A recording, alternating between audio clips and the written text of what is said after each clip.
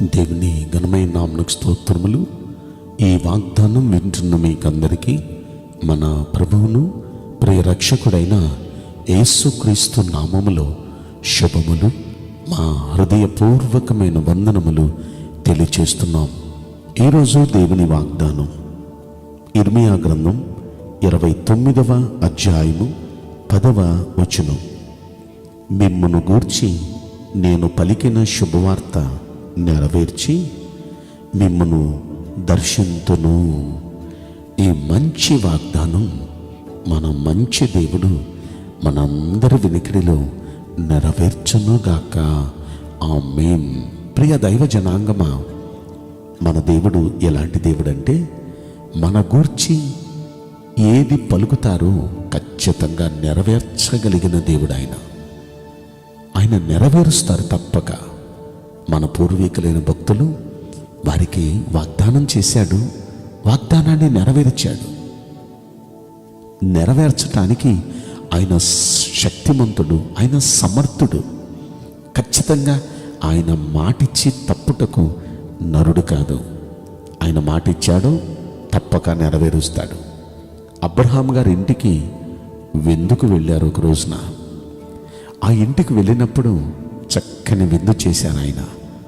Abraham గారు, శారయ్య గారు ఇద్దరు విందు చేస్తే అప్పటికి వారి వయసు ఎంత ఉందంటే, అబ్రహాం గారికి 99 సంవత్సరాల వయసు, శారా గారికి 89 సంవత్సరాల వయసు.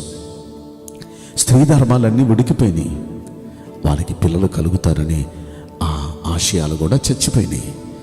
ఆ పరిస్థితుల్లో ఉండగా దేవుడు అంటారు, మీదటికి వచ్చే ఈ రోజుకి నేను మళ్ళా మీ దగ్గరికి వస్తాను. అప్పుడు మీ ఊళ్ళో ఒక బిడ్డ ఉంటాడు. ఆ బిడ్డ పేరు ఇస్సాకు. చక్కగా చెప్పారు. ఒక్క మాట, ఈ మాట చెప్పేటప్పటికీ ఆమె నవ్వింది. ఎందుకు నవ్వుతున్నావు? నేను మాటిచ్చి తప్పుటకు నరుడను కాను. వాగ్దానం చేశాను, ఖచ్చితంగా నెరవేరుస్తాను అనేటప్పటికీ ఆమె వెంటనే దేవుని మీద నమ్మకం ఉంచింది. ఎప్పుడైతే నమ్మిందో, మళ్ళీ సంవత్సరం వచ్చేటప్పటికి ఆమె ఒళ్ళో బిడ్డ ఉన్నాడు.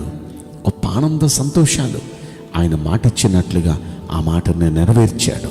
ఆయన చెప్పినట్లుగా ఆ ముసలితనంలో, వృద్ధాప్యంలో ఉన్న వారిద్దరికీ చక్కటి సంతానాన్ని, ఇస్సాకును బహుమానంగా ఇచ్చాడు. నోటి నిండా నవ్విచ్చాడు. ప్రియ దైవ జనాంగమా, మాటిచ్చినవాడు తప్పక నెరవేరుస్తాడు. అయితే మనకు నమ్మకం ఉండాలి. మాటిచ్చినవాడు నమ్మదగినవాడు. ఆయన ఆ మాటను నెరవేర్చుటకు సమర్థుడు, శక్తిమంతుడు. అబ్రహాము నమ్మాడు, అందుకే పొందాడు. అలాగే బైబిల్ గ్రంథంలో హన్నా కూడా దేవుని మందిరానికి వచ్చింది. ఆమె కూడా సంతానం లేరు. బహుగా ఏడ్చింది, బహుగా దుఃఖపడింది. ఆమె అంతగా ఏడుస్తుంటే అక్కడున్న ప్రవక్త ఆమెను అనుమానించి, అమ్మా ఏంటి ఈ విధంగా నువ్వు తాగేసి వచ్చావా ఏంటి అన్నంతగా ఆమెను మాట్లాడితే, లేదయ్యా నా హృదయాన్ని దేవుని సన్నిధిలో కుమ్మరిస్తున్నాను అని ఆమెకున్న బాధ తెలియపరిచింది. సరే నేను ప్రార్థన చేస్తానమ్మా అని దైవజనుడు ప్రార్థన చేస్తే దైవజనుడికి దేవుడు తెలియపరిచాడు, వచ్చే ఈ రోజుకి ఆమె ఒళ్ళో ఒక బిడ్డ ఉంటాడని చెప్పు.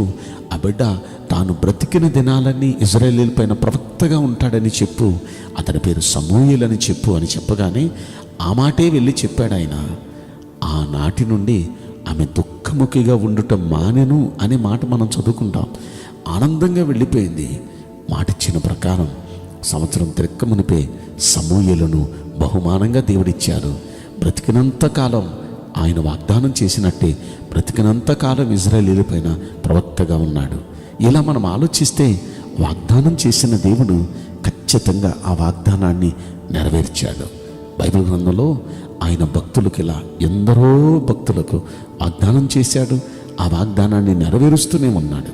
ఇలా మనం చెప్పాలంటే జకర్యా, ఎలిజబెత్ వీరిద్దరూ ఎంతో నీతిమంతులు, ఎంతో భక్తిపరులు. క్రమం తప్పకుండా భక్తి చేసేవారు. వీరు కూడా నిండు వృద్ధాప్యంలో ఉన్నారు. వారికి సంతానం లేరు, చాలా బాధగా ఉన్నారు. అలాంటి పరిస్థితుల్లో వారితో జకర్యా అతడి ధర్మాన్ని నిర్వర్తిస్తూ ఉండగా అతనికి దేవుడు ప్రత్యక్షమై, వచ్చే రోజుకి నీకు ఒక బిడ్డ పుట్టబోతున్నాడు. ఆ బిడ్డ పేరు యోహాను. అతడు ఇలా ఉంటాడు, ఇలా ఉండబోతున్నాడు, అతన్ని బట్టి గొప్ప సంతోషం అందరికి కలగబోతుంది అనే మాట ఎప్పుడైతే చెప్పాడో ఆయన ఒక విధంగా ఆనందపడ్డాడు. ఇది ఎలా జరిగిద్ది, నేను వృద్ధుణ్ణి కదా, ఎలా జరిగిద్ది అన్నాడు.